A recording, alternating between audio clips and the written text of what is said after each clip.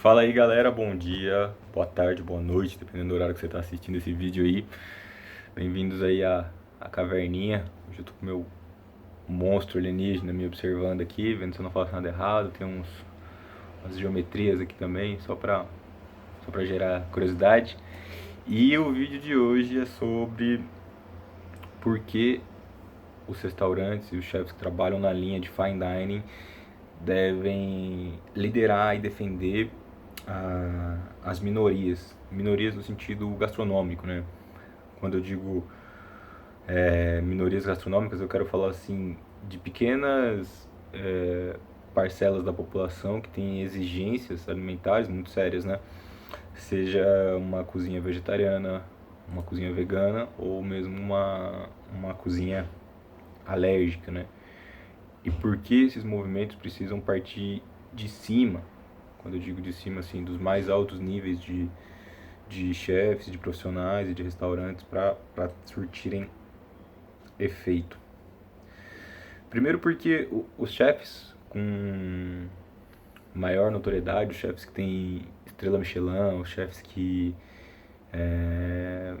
despontam aí no 50 Best, por exemplo, que é o ranking da Restaurant Magazine, os restaurantes que são eleitos os melhores do mundo, que estão nessa disputa.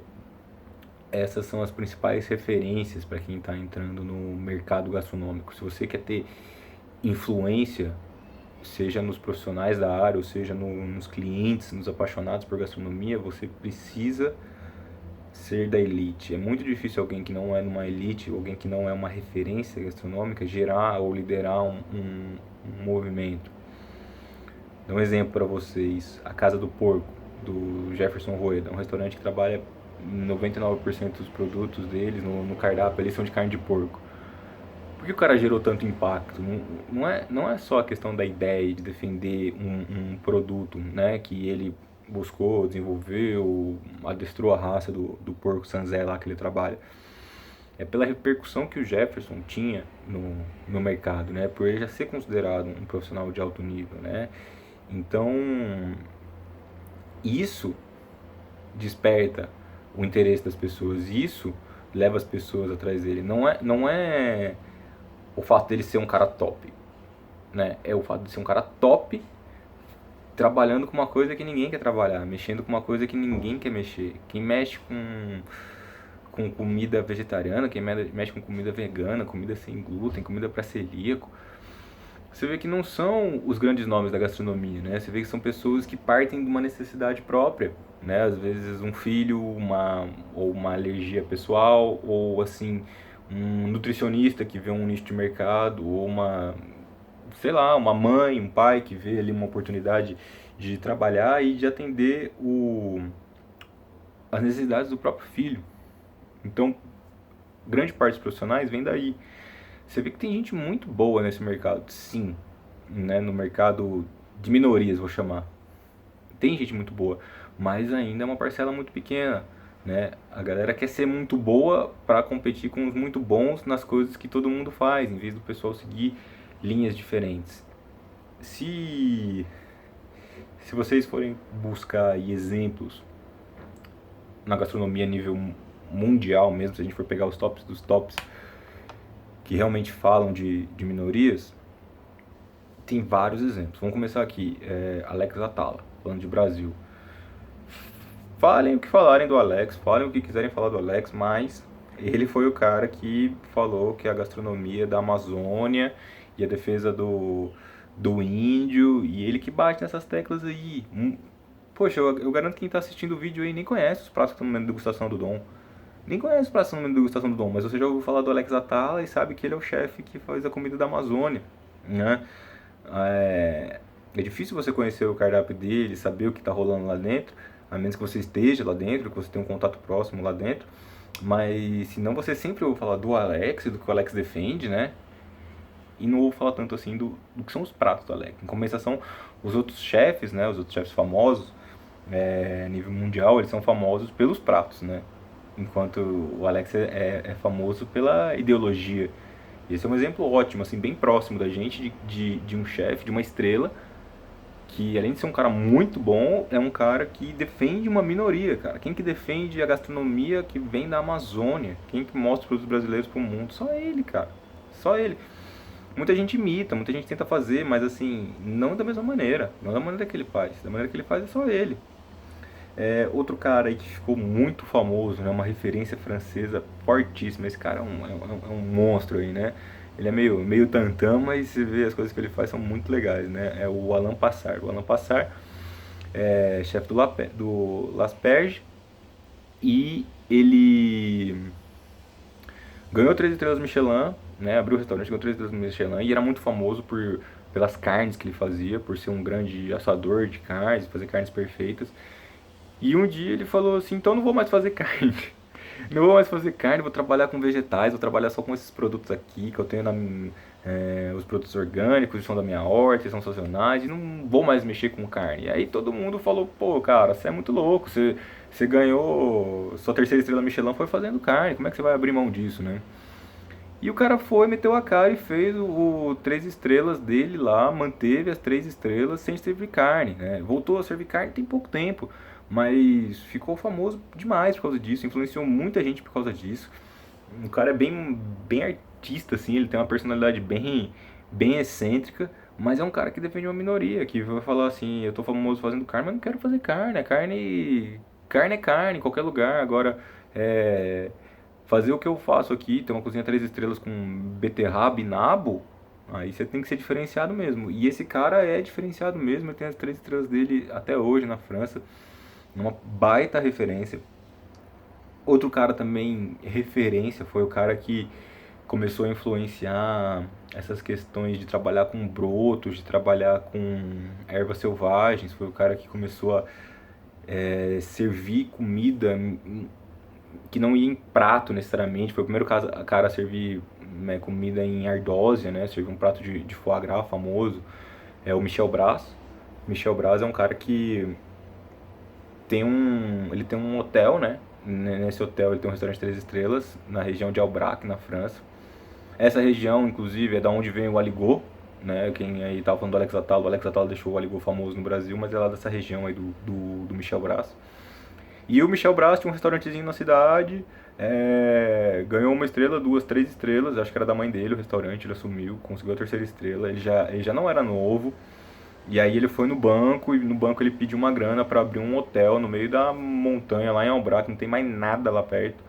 E aí o banco meio desconfiado falou, cara, eu acho que você não é mais tão jovem, como é que você vai fazer esse hotel aí, como é que você vai me pagar esse dinheiro, não sei o que, ficou meio desconfiado. Até nessa época aí o Michel Bras começou a correr, ele começou a correr, virou maratonista, que era justamente para ficar mais saudável, para ter mais credibilidade no banco, essa história é interessante. E foi um dos caras diferentes também, de falar assim, ó, eu vou fazer a comida de Aubrac, eu vou fazer a comida daqui, então eu uso o queijo daqui, a carne daqui, os brotos daqui, eu colho o que dá pra colher no bosque, se em tal época do ano não dá pra colher nada, não tem hortifruti, eu não abro. Então, ele foi um dos líderes desse movimento da questão de produto local, né? Que é uma coisa que cresceu muito, essa questão de ser local, de fazer o sazonal. Claro que isso sempre existiu na gastronomia, né? Desde a época do primeiro 3 estrelas fora da França, né?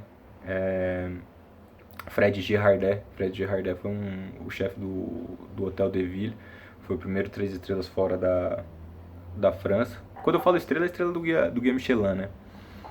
E esse cara, ele também usava só produtos locais e defende muito essa questão, mas o Michel Bras teve mais repercussão que o Fred Girardet nessa questão do produto local e da defesa do terroir, vamos dizer assim. Outro cara que agora tá na disputa aí também não disputa não, né? Porque esses caras meio que eles não disputam mais. Eles já estão em outro nível, né? É o Alain Ducasse. O Alain Ducasse, um dos principais restaurantes do Alain Ducasse é o restaurante do Paz Athénée, um hotel em Paris. E não serve mais carne. Parou de servir carne no Paz Athénée e fala, não vamos mais servir carne. E agora a gente trabalha com cereais, com hortifruti, com os melhores peixes da estação e não serve mais carne. Então esses caras, inclusive uma frase do próprio Alain Ducasse, né? Acho que ele roubou isso aí de alguém, mas é uma frase muito boa que ele fala que ele tem que conhecer né, as tendências, ele gosta de conhecer do que está acontecendo no mundo, mas ele não segue as tendências, né, ele lidera as tendências. Eu achei por muito tempo esse cara realmente foi aí a vanguarda, ele realmente foi a referência para todos os outros chefes do mundo, né. E a gastronomia mudou muito, né, há pouco tempo relativamente mudou muito, né. Outro cara aí que faz muita diferença aí, que virou a cabeça de muita gente do avesso, e o pessoal acha que a metodologia, as linhas que ele segue são dele, mas na verdade ele se espelha muito nesses caras aí, se espelha no que esses caras fizeram na França, no que esses caras fazem até hoje com um produto local, que é o René Redzepi, o chefe do Noma. E o chefe do Noma, ele só serve comida dinamarquesa.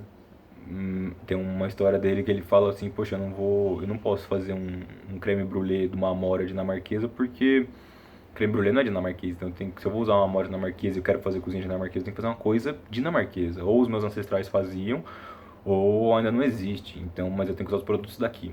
E o Noma, por muitas vezes aí no ranking da 50 Best, foi eleito o melhor restaurante do mundo. Ou seja, os caras que geram impacto são os caras top. Esses caras geram impacto, esses caras ganham, lideram movimentos, esses caras fazem a diferença, trazem repercussão na gastronomia. Se você quer defender uma linha de cozinha, se você tem um ideal forte e você quer ter repercussão, você tem que ser foda, você tem que ser top, você tem que manjar.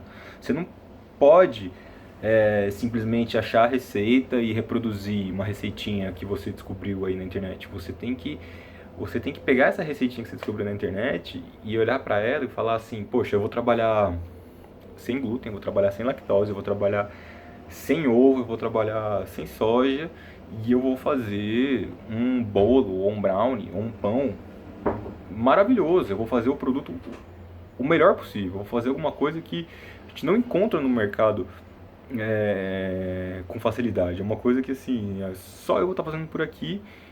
E além de só eu estar fazendo por aqui, depois que você comer, você vai ficar chocado que não tem ovo no meu brownie, você vai ficar chocado que no meu pão não tem farinha de trigo, porque eu consigo fazer com tanta qualidade quanto o que tem esses produtos, eu consigo fazer melhor, né? Se a gente fala de inclusão gastronômica, se a gente fala de realmente seguir uma linha de cozinha que defende uma minoria, né? Seja uma linha de alergias alimentares, como eu sigo, ou uma linha vegetariana, ou uma linha vegana. Se você quer realmente incluir, não basta querer reproduzir uma coisa, não basta você querer fazer um brigadeiro de inhame. Brigadeiro de inhame não é brigadeiro, entendeu? Você tem que fazer alguma coisa melhor, veja bem, não basta ser tão boa quanto, você tem que fazer uma coisa melhor do que o que já existe, cara. Do que já existe, porque se é inclusivo, você não pode considerar só a minoria, você tem que considerar a maioria. E a verdade é que a maioria das pessoas pode comer brigadeiro. Uma minoria não pode, uma minoria tem alergia ao cacau, tem a PLV, mas não basta ser inclusivo para poucos, tem que ser chocante para muitos. A pessoa que está acostumada a comer um brigadeiro tem que comer o seu produto, que você não vai chamar de brigadeiro, que você vai chamar de outra coisa, e fala assim, poxa, isso aqui é muito melhor. Ou você vai descobrir uma coisa melhor do que inhame para fazer brigadeiro, né? Isso daí é uma maneira tão grande de queimar o filme da gastronomia, queimar o filme do seu produto, né? É você querer fazer um fake news. Você quer fazer um fake news do seu produto. Ah, esteticamente parece um brigadeiro, então eu vou chamar de brigadeiro, meu purezinho de inhame com cacau. Aí a pessoa que está acostumada a comer brigadeiro vai, come e fala, nossa, mas esse brigadeiro aqui não rolou, não deu certo. Então você tem que... Não chama de brigadeiro, pô. Chama de outra coisa, faz outra coisa. Acha um negócio mais legal, acha uma coisa que faz mais sentido. Não tenha vergonha de dizer o que são as coisas, né? Se você fez um doce de inhame, chama de doce de inhame. Se você fez um açúcar de beterraba, chama de açúcar de beterraba. Se você fez uma coisa à base de cocos, explica o que é aquela coisa. Dá um nome seu, batiza, dá uma outra cara para aquilo e valoriza o que você está mostrando, né? Porque você pegar um doce de inhame com cacau e chamar de brigadeiro é desvalorizar o doce que você tá fazendo, dizendo assim, ó, pô, seria bom se fosse um brigadeiro, né? Então eu vou chamar de brigadeiro, porque já dá uma melhorada. Só que na verdade você tá meio que queimando o filme daquilo, então você tem que ter orgulho do que você tá mostrando, orgulho do que você tá fazendo.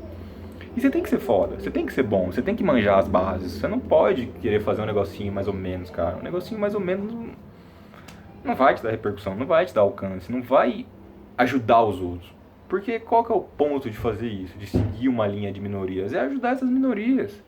É ajudar essas minorias, e para você ajudar, você tem que ser referência. Ou você vai ser referência ou você vai ser mais um. Mais uma pessoa que faz uma comidinha sem glúten, blá, blá, blá. Pãozinho pesado, né? Antes de entrar nesse mercado, eu pensava em comida sem glúten, sem lactose, eu já pensava num negócio embatumado. Se você não for bom, se você não for bom o suficiente para fazer melhor do que o que já existe fora da minoria, você não vai conseguir repercussão. Você vai conseguir uma repercussãozinha.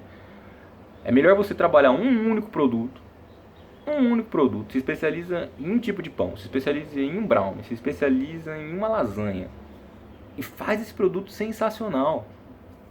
E o resto é resto, entendeu? Do que você querer fazer um pouco de cada coisa e você chama de brigadeiro de inhame, feijoada de soja. Cara, não, sai dessa. Sai dessa, faz coisas boas e justifica essas coisas boas como sendo elas mesmas, né? Valoriza os produtos, né? Faz o que esses caras que são foda, que são referência, fizeram, né? O broto da minha região, é o legume da minha região, é o produto que eu sirvo dessa maneira porque ele por si só é a estrela do negócio. Então, assim, busquem se especializar, busquem melhorar todo dia, todo dia. Como é que essa receita poderia ser melhor? Como é que poderia ser mais cremoso? Não se contenta em fazer bom, não se contenta em fazer um negócio legal, não se contenta em quebrar o galho, porque isso daí não vai estar ajudando ninguém. Talvez te ajude aí a vender meia dúzia de bolinho, talvez te ajude com isso, mas se você quer realmente ajudar uma quantidade maior de pessoas, você tem que ser diferente, você tem que fazer melhor do que o que já existe, você precisa ser melhor do que existe para a maioria. E aí sim você vai conseguir fazer diferença. Bom, galera, essa é a minha ideia, a minha sugestão, a minha mentalidade parcial das coisas, né? A maneira como eu enxergo a gastronomia, a visão que eu tenho aqui de trás e da frente do balcão. Se você gostou, se você não gostou, se você tem aí alguma dúvida, alguma crítica, alguma ameaça, deixa aí na área de comentários. Se você não assina meu canal aí, pode assinar. E eu vou estar todo dia aí postando vídeos sobre gastronomia, seja da área que for, seja do setor que for. Eu vou estar sempre falando a respeito disso. Valeu, galera. Muito obrigado.